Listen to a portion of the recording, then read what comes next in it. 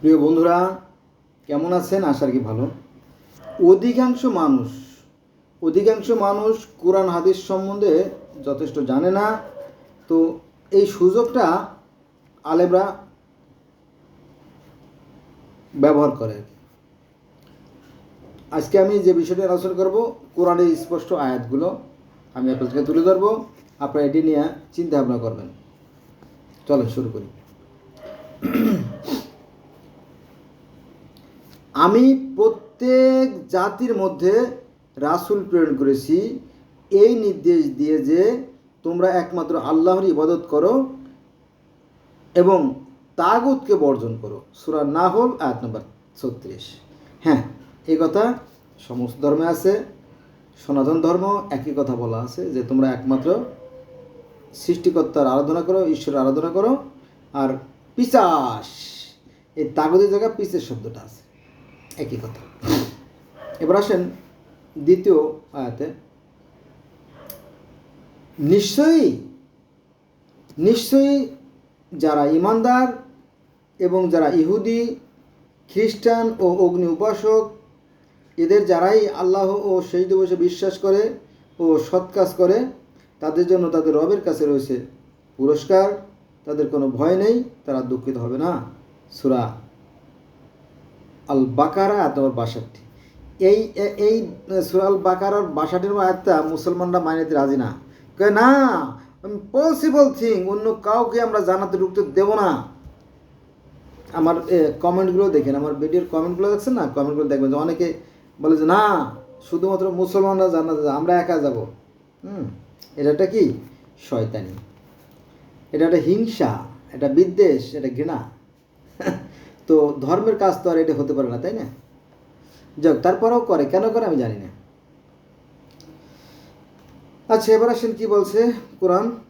আর যারা তাতে বিশ্বাস করে যা তোমার প্রতি অবতীর্ণ করা হয়েছে, তোমার প্রতি যে কোরআন অবতীর্ণ করা হয়েছে তাতে, এবং তোমার পূর্বে যা অবতীর্ণ করা হয়েছে, আর পরকালের প্রতি দৃঢ় বিশ্বাস থাকে। সূরা বাকারা আয়াত নম্বর 4। পূর্ববর্তী কিতাব অসংখ্য কিতাব, অগণিত কিতাব। কারণ 1 লক্ষ 2 লক্ষ রসুল আসলে তো সবারই কম বেশি ছিল, তাই না? কিতাব বাদ দিলাম, মুখের কথা তো ছিল, সেগুলো বেশি আছে। তা আচ্ছা, এবার আসেন। হে নবী, বলুন যে জিব্রাইলের শত্রু হবে সে জানুক। সে তো অর্থাৎ জিব্রাইল আল্লাহর নির্দেশে তোমার হৃদয়ে কোরআন পৌঁছে দিয়েছে, যা তার পূর্ববর্তী কিতাবসমূহের সমর্থক। এখানে গুরুত্বপূর্ণ যে কথাটা আছে, পূর্ববর্তী কিতাবসমূহের সমর্থক, মানে অসংখ্য কিতাবের কথা বলা হয়েছে এখানে। এবং মুসলিমদের জন্য যা হেদায়েত এবং শুভ সংবাদ। এটা আছে সূরা বাকারার 97 নম্বর আয়াতে। এরপরে আরেকটা, তোমরা বলো আমরা আল্লাহতে ঈমান এনেছি এবং যা আমাদের প্রতি এবং ইব্রাহিম, ইসমাইল, ইসাক, ইয়াকুব ও তার বংশাবলীর উপর যা অবতীর্ণ হয়েছে, মূসা ও ঈসাকে এবং অন্যান্য নবীদের প্রতি তাদের রবের পক্ষ থেকে যা দেওয়া হয়েছে, আমরা তাদের মধ্যে কোনো পার্থক্য করি না এবং আমরা তার কাছে আত্মসমর্পণকারী। 2 নম্বর সূরা বাকারার 136 নম্বর আয়াতে বলা হয়েছে যে এর আগে যে সমস্ত কিতাব আসছে বিভিন্ন নবীর কাছে, আমরা তার মধ্যে কোনো পার্থক্য করি না। কিন্তু হুজুর বলে না, বাদ, ওগুলো সব বাদ, হবে না, শুধু মুসলমানরাই জান্নাতে যাবে, আর কেউ যাবে না, বা মুসলমানদেরটাই ঠিকই আছে, বাকিগুলো সব ব্যান্ড হয়ে গেছে। এটা কিন্তু কোরআন বিরুদ্ধ কথা, অথচ তারা কোরআন শিক্ষা দেয়, এই জন্য এগোতে পারে না। আমার কথা বুঝতে পারছেন? মানে যারা ধর্মগুরু তারাই ধার্মীদের ধোঁকা দেয়। কেমন একটা ব্যাপার, তাই না? কোরআন পড়ে অথচ কোরআন বিরোধী কথাবার্তা বলে। আল্লাহ বলে প্রত্যেকের নির্দিষ্ট দিক আছে, সেদিকে সে মুখ করে। এটা আছে সূরা বাকারার 148 নম্বর আয়াতে। সবারই নির্দিষ্ট দিক আছে এবং আলাদা আলাদা নিয়মকানুন আছে, কোরআনের কথা। কিন্তু বলে না, এগুলো হবে না। মানে কোরআন পড়েই মানুষের চোখে ধুলা দেয়। কেমন একটা ব্যাপার না, লজ্জাজনক ব্যাপার। আমি কি করবো বলেন, আমার কিছু করার নাই। আচ্ছা, মানুষগণ আদিতে ছিল একই উম্মতভুক্ত। সূরা বাকারা আয়াত নম্বর 213। তারপরে আরেকটা, পূর্বে তিনি মানব জাতির হেদায়েতের জন্য পূর্বে তিনি মানব জাতির হেদায়েতের জন্য তাওরাত ইনজিল নাজিল করেছেন। সূরা আল ইমরান আয়াত নম্বর 4। পূর্বে যে কিতাব নাজিল করেছিল এটা কি। আরেকটা আয়াতে যাব, তিনি তোমার প্রতি এই কিতাব অবতীর্ণ করেছেন যার কিছু আয়াত সুস্পষ্ট দ্বার্থহীন, এগুলো কিতাবের মূল অংশ, আর অন্যগুলো রূপক। সূরা আল ইমরান আয়াত নম্বর 7। কোরআনের সব কথা কিন্তু মূল কথা না, কিছু কিস্সা কাহিনী আছে, যেমন 25 জন নবীর কিস্সা কাহিনী, এগুলো অবশ্য শিক্ষণীয় বিষয়। যে দেখো, মনে করেন যে সূরা ইউসুফের যে 111 আয়াত, তো ইউসুফের কাহিনী যখন শেষ হয়ে গেছে 111 নম্বর আয়াতে বলতেছে যে এখানে শিক্ষণীয় রয়েছে জ্ঞানীদের জন্য। এভাবে অনেক কাহিনী শোনানো হয়েছে যাতে মানুষ বুঝতে পারে আর কি। এটা মূল কথা না, মূল কথা যারা সৃষ্টিকর্তা বিশ্বাস করবে, পরকালে বিশ্বাস করবে এবং সৎ কাজ করবে, তাদের জন্য আছে চরম সুখের স্থান জান্নাত। এইটাই মূল। আর আমরা সবাই জান্নাতে যেতে চাই, তাই না? আর পৃথিবীতে বিশ্বাস করে না ধর্ম এমন লোক আছে, নাই যে তা না, খুব কম। বেশিরভাগ লোকই ধর্ম বিশ্বাস করে। আর এই বিশ্বাস থেকে পৃথিবীতে 4500 মতান্তরে 4300 বড় ধর্মের সৃষ্টি। এগুলো আপনি কীভাবে অস্বীকার করবেন? সবাই তো একজন সৃষ্টিকর্তা মানে। আপনি যদি সেটাকে মানতে না চান তাহলে বুঝতে হবে আপনার ভিতরে কোনো গণ্ডগোল আছে, আপনি খামখেয়ালি, অত্যাচারী, জালেম।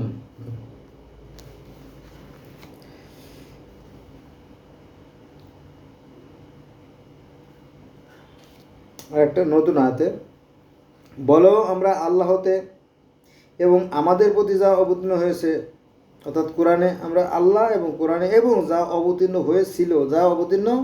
হয়েছিল, ভালো করে খেয়াল রাখবেন, খুবই সিরিয়াস কথা।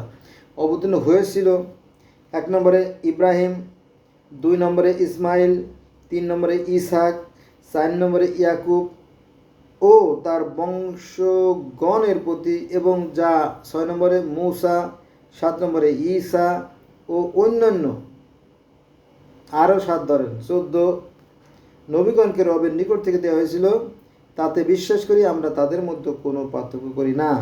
অর্থাৎ অন্যান্য নবী রাসূলদের মধ্যে কোনো পার্থক্য করতে নিষেধ করছে, কিন্তু হুজুর বলে না, ওগুলো সব বাদ।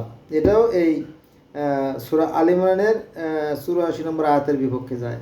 এই ধরনের কথাবার্তা বলে। আমি একা যদি করি, প্রতিবাদ করি, তো আমার অস্তিত্ব বিলুপ্ত হয়ে যাবে, তাই না? আচ্ছা, এবার আসেন নবী মুহাম্মদ সাল্লাল্লাহু আলাইহি ওয়াসাল্লাম শুধুমাত্র মক্কা ও তার পার্শ্ববর্তীদের জন্য প্রেরিত। সেই 4টে, কমপক্ষে 4টে আয়াত আমি আলোচনা করব। 1 নম্বরে সূরা দুখানের 8 নম্বর আয়াত, এখানে বলা হয়েছে, আমি তোমার ভাষায়, নবী মুহাম্মদ সাল্লাল্লাহু আলাইহি ওয়াসাল্লামের ভাষা ছিল আরবি, তাই বলা হয়েছে, হে মুহাম্মদ, আমি তোমার ভাষা অর্থাৎ আরবি ভাষায় কোরআন সহজ করে দিয়েছি, যাতে তুমি সহজে তোমার উম্মতকে বোঝাইতে পারো। ঠিক আছে? আচ্ছা, এবার আসেন 2 নম্বর আয়াত, এভাবে আমি তোমার প্রতি আরবি ভাষায় কোরআন নাজিল করেছি যাতে তুমি সতর্ক করতে পারো মক্কাবাসীদের এবং পার্শ্ববর্তীদের, আর সতর্ক করতে পারো সন্দেহমুক্ত কিয়ামত দিবস সম্পর্কে, যেদিন একদল জান্নাতি এবং একদল জাহান্নামী হবে। এটা আছে সূরা আয়াত নম্বর 7। এখানেও নবী মুহাম্মদ সাল্লাল্লাহু আলাইহি ওয়াসাল্লাম যে মক্কা ও মদিনাবাসীদের জন্য প্রেরিত, সেটার ইঙ্গিত বহন করে। এটা আর একটা আয়াত আমি বলি, সেটা হচ্ছে যে এখানেও সেই মক্কা মদিনার কথা চলে আসছে। সূরা ইউসুফ আয়াত নম্বর 12, ইউসুফ তো 12 নম্বর সূরা আর কি, আয়াত নম্বর হচ্ছে 2। এখানে বলা হয়েছে, নিশ্চয়ই অবশ্যই আমি কোরআনকে আরবি ভাষায় নাজিল করেছি। কেন আরবি ভাষায় নাজিল করেছি? যাতে তুমি সহজে বোঝাতে পারো। মাতৃভাষায় যে কোনো মানুষ সহজে বুঝে, অন্য ভাষায় বলে বুঝতে পারে না। কিন্তু আমাদেরকে অন্য আরবি ভাষা দিয়ে ধোঁকা দেওয়া হয়। আমরা শুধু সারা জীবন আরবি শুনে গেলাম, কিন্তু অর্থ কি বুঝলাম না, বহন করে গেলাম চিনির বস্তা, খাইয়ে গেলাম না, অনেকটা এরকম থাকে। আচ্ছা, আর একটা, এবার 4 নম্বর আয়াতটা আমি আলোচনা করবো। সেটা হচ্ছে এই কোরআন বা এই কিতাব আমি কল্যাণময় করে অবতরণ করেছি, যা ওর পূর্বেকার কিতাবের সমর্থ। এর পূর্বের যে সমস্ত কিতাব অনেক, যেমন গিলগামেশ, মিশর, জেন্দাবেস্তা, আবেস্তা, এরপরে বেদ, তাওরাত, জব্বুর, সবই একই রকম কাহিনী। আপনি যদি দেখেন, যেহেতু আমি দেখছি তো দেখেই বলতেছি, আমি আন্দাজে বলতেছি না, একই কাহিনী লেখা। বেদেও মাটি দিয়ে মানুষ তৈরি, মিশরীয় ধর্মের মাটি দিয়ে মানুষ তৈরি, গিলগামেশের মাটি দিয়ে মানুষ তৈরি, গ্রিক ধর্ম মাটি দিয়ে মানুষ তৈরি, রোমান ধর্ম মাটি দিয়ে মানুষ তৈরি, ইসলাম ধর্মে, ইহুদি ধর্মে, খ্রিস্টান সব ধর্মের মাটি দিয়ে মানুষ তৈরি, কথা বলা আছে। ঠিক আছে, তা একই তো বিষয়। তাহলে এই কোরআন বা এই কিতাব কল্যাণময় করে অবতরণ করেছি, যা ওর পূর্বেকার কিতাবের সমর্থক, যা দিয়ে তুমি মক্কা ও তার পার্শ্ববর্তী লোকদের সতর্ক করো। সূরা আনাম আয়াত নম্বর 92। ঠিক আছে, আচ্ছা এবার আসেন আরও কিছু কথা। সেটা হচ্ছে যে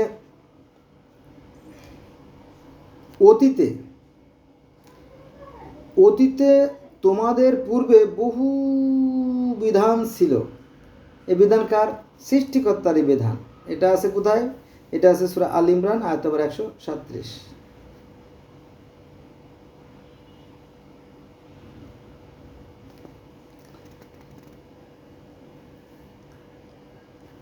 আরেকটা, মুহাম্মদ রসুল ব্যতীত কিছু নয়, তার পূর্বে বহু রাসূলগত হয়ে গেছে। এটা আছে সূরা আল ইমরানের আয়াত নম্বর কত? 144। আল্লাহ বলেন, হে বিশ্বাসীগণ, তোমরা আল্লাহ হতে, তার রাসূলের যে কিতাব রাসূলের প্রতি অবতীর্ণ করা হয়েছে কোরআনে, তাতে, এবং যে কিতাব তিনি পূর্বে অবতীর্ণ করেছেন তাতে বিশ্বাস করো। পূর্বে যে সমস্ত কিতাব অবতীর্ণ হয়েছে, এটা আছে সূরা নিসা আয়াত 136। তো অন্যান্য কিতাবকে আপনি কখন পড়ছেন, মিলে দেখছেন? দেখেন নাই তো। আপনি পড়ে দেখেন, বেদটা পড়ে দেখেন, দেখবেন যে 95% মিলে গেছে। এমনকি বেশি আছে, বেদের তত্ত্বপত্র বেশি আছে। আচ্ছা এবার আসেন, আল্লাহ বলতেছে, ওহী প্রেরণ করেছি নুহু ও তার পূর্ববর্তী নবীগণ। বাবা, নুহুরও পূর্ববর্তী, মানে নুহুরও আগে, অর্থাৎ সব যুগেই তিনি কিতাব প্রেরণ করেছেন। ওহী প্রেরণ করেছি নুহু ও তার পরবর্তী নবীগণ, ইব্রাহিম, ইসমাইল, ইসহাক, ইয়াকুব ও তার বংশ, ঈসা, আইয়ুব, ইউনুস, হারুন, সুলাইমান, দাউদ, সবাইকে। এটা আছে সূরা নিসা আয়াত নম্বর 163-তে। সমস্যা কোথায়? এত মিথ্যাচার করলে হয়? মানুষ কি এত বোকা? বলে সমস্ত ধর্ম নাকি ডিলিট হয়ে গেছে। আল্লাহ তো তা বলেন নাই, বলছে, বলে যে আমি অতীতে দিছিলাম।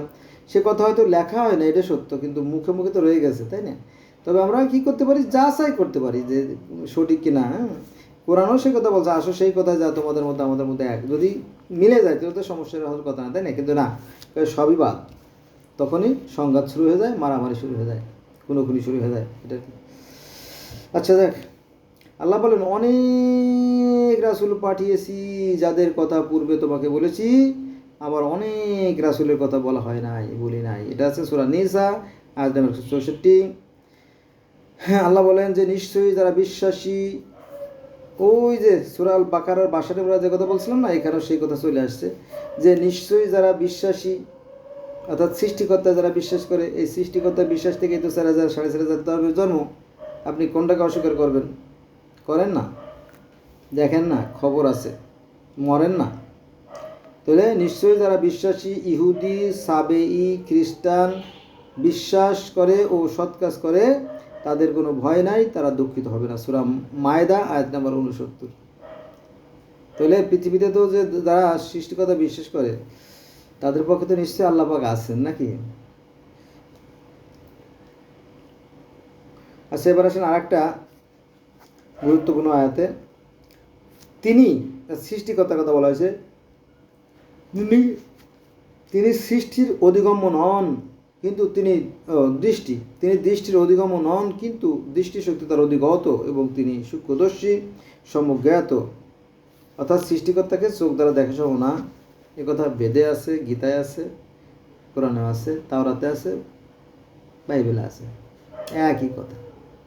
তাহলে সমস্যা কোথায়? সমস্যা আমাদের ভিতরে। আসুন আমরা এটাকে পরিষ্কার করি। মানুষের এমন কোনো মর্যাদা নেই আল্লাহর সাথে সরাসরি কথা বলে। এটা আছে সূরা সূরার 11 নম্বর আয়াত। অর্থাৎ নবী মুহাম্মদ সাল্লাল্লাহু আলাইহি ওয়াসাল্লাম সরাসরি কথা বলেন নাই, তিনি মানুষ ছিলেন, কিন্তু এটা মানতে রাজি না। আবার দেখেন যে মুসলমানদের মধ্যে আমি প্রথম। হযরত ইব্রাহিম আলাইহিস সালাম বলতেছিল যে মুসলমানদের মধ্যে আমি প্রথম। হুজুর বলে না, ইব্রাহিম সাল্লাম প্রথম না, আদম থেকে শুরু করে সব, মানে সনাতন ধর্ম, ইসলাম ধর্ম, আবার নবীন ধর্ম, ইসলাম ধর্ম, সব খাইতেছে একা। তাই কি হয়? মানে এই সমস্ত মিথ্যাচার, বেশিরভাগই মিথ্যা কথা বলে, আর সাধারণ মানুষ তো এগুলোর অর্থ বুঝে না। এটা কি ভালো করে শুনে রাখেন কি বলছি আমি। আমরা অনেক সময় দ্বিধাদ্বন্দ্ব করি। তো এখানে বলা হয়েছে মুসলমানদের মধ্যে আমি প্রথম। কে বলতেছিল? ইব্রাহিম সালাম। এটা আছে কোথায়? এটা আছে সূরা আনামের 163 নম্বর আয়াতে। ভালো করে দেখেন। আমরা কোরআনের অর্থ বুঝি না, তো এই সুযোগটা কাজে লাগায় আলেমরা। দেখেন এবার কি বলা হয়েছে, মানে তাওরাতে যা আছে সেই কথাগুলো বাইবেল হয়ে আবার ইসে চলে আসছে, কোরআনে চলে আসছে। দেখেন কি বলছে, আর আমি তোমাদের জন্য ফলকে সর্ববিষয় উপদেশ এবং সর্ববিষয়ে স্পষ্ট ব্যাখ্যা লিখে দিয়েছি, সুতরাং এগুলো শক্তভাবে ধরো এবং তোমাদের সম্প্রদায়কে ওইগুলোর মধ্য থেকে যা শ্রেষ্ঠ তা গ্রহণ করতে নির্দেশ দাও। আমি শীঘ্রই সত্য ত্যাগীদের বাসস্থান তোমাদের দেখাবো। সূরা আরাফ আয়াত নম্বর 145। ওই যে তাওরাত ধর্মের যে নবী মুসা তো তাওরাতেরও নবী, বাইবেলেরও নবী, ইসলামেরও নবী। তো সেখানে ওই যে দুটো ফলক স্বর্গ থেকে দূরে পাথরে লিখিত বাণী দিছিল, এই যে 10 কমান্ডমেন্টস বা 10 আজ্ঞা, সেটার কথা এখানে চলে আসছে। তাওরাত থেকে জব্বুরে, জব্বুর থেকে বাইবেলে, বাইবেল থেকে ইনজিলে, ইনজিল থেকে কোরআনে। এই তো। আর আমরা এই যে ধর্ম নিয়ে যে দ্বন্দ্ব করি, এটা খুদাই খালি।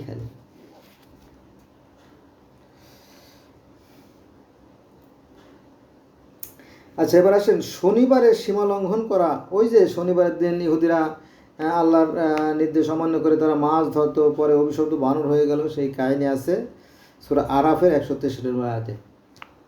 তাওরাত থেকে জব্বুর, জব্বুর থেকে ইনজিল, ইনজিল থেকে বাইবেল, এভাবে ঘুরে ঘুরে চলে আসছে।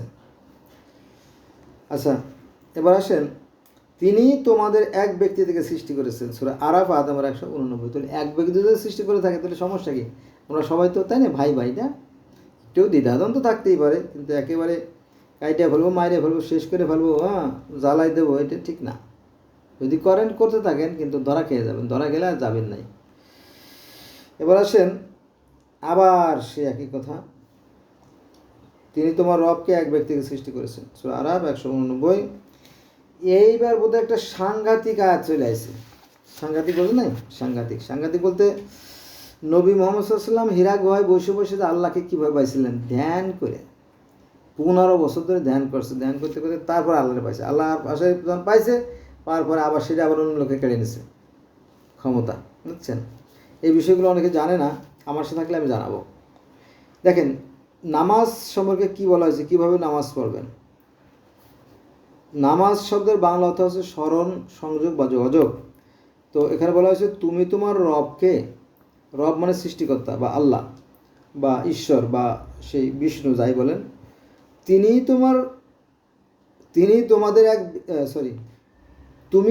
তোমার রবকে, তুমি তোমার সৃষ্টিকর্তাকে মনে মনে সবিনয়, সভয়ে, অনুচ্চ স্বরে, ওই যে হীরা গুহায় চুপচাপে আল্লাহ স্মরণ করতো, তো অনুচ্চ স্বরে সকাল ও বিকালে স্মরণ করবে এবং তুমি উদাসীন হবে না। সূরা আরাফ আয়াত নম্বর 205। একটা নীরব একটা কক্ষ থাকবে, নীরব একটা জঙ্গল থাকবে, নীরব একটা নদীর ঘাট থাকবে, আর নীরব একটা জায়গা থাকবে, সেখানে বসে আমি সৃষ্টিকর্তাকে স্মরণ করব নিশ্চিন্ত মনে, তাই না? কোনো শব্দ থাকবে না। কিন্তু সেটা কিন্তু উল্টে গেছে, কোরআনের এই আয়াতটা উল্টে গেছে। এখন ঢাক ঢোল পিটে একেবারে মাইক টাকায় বাজায় গোটা এলাকা গরম করে, বিরাট একটা কর্মযজ্ঞ, ট্রেনিংয়ের আয়োজন করছে, এতে নাকি জান্নাত চলে যাবে, খালি যত সব। এটা তো কোনো কথা হলো না, এটা কোনো যুক্তিসঙ্গত কথা না, এটা কোরআনের বিরুদ্ধে চলে যায়।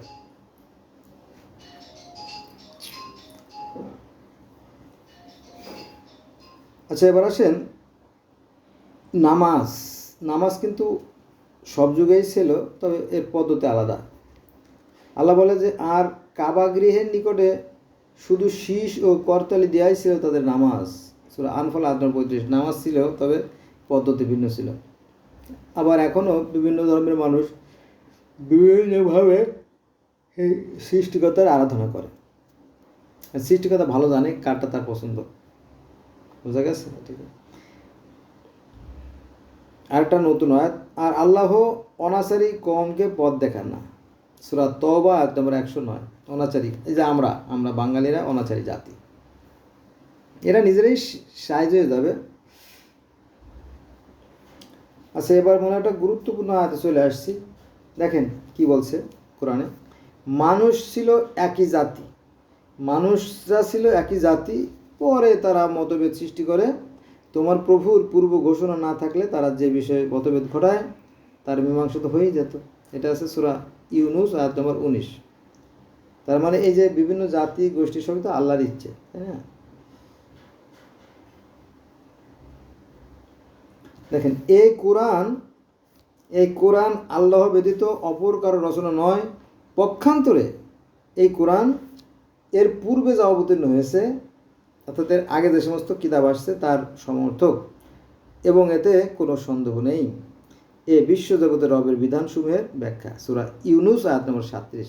এখন কথা হচ্ছে যে টু আরিজম্যান, ভুল করা মানুষের স্বভাব। মানুষ ভুল করতে পারে, ভুল হইতে পারে। এখন সেই জিনিসটাকে আমরা যাচাই করে দেখবো, অর্থাৎ কোরআনকে বেদের সাথে মিলিয়ে দেখবো ঠিক আছে কিনা, তাওরাত বাইবেলের সাথে মিলিয়ে দেখবো, গ্রিক ধর্মের সাথে মিলিয়ে দেখবো, রোমান ধর্মের সাথে মিলিয়ে দেখবো, অ্যাজটেক ধর্মের সাথে মিলিয়ে দেখবো, মিশরীয় ধর্মের সাথে মিলিয়ে দেখবো। যদি মিল থাকে তো ভালো, আর যেটা মিল নাই বলবো যে না এটা বেমানান, মানতেছে না, তাই না? কিন্তু এটা না করে গড়ে সব বাদ, অন্য ধর্ম কোনো ধর্মই না, এটা একটা গাঁজাখড়ি কারখানা।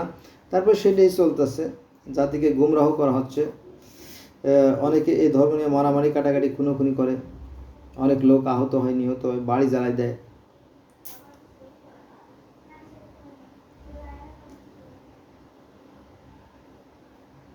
তো বন্ধুরা, আজকে এই পর্যন্ত রইল।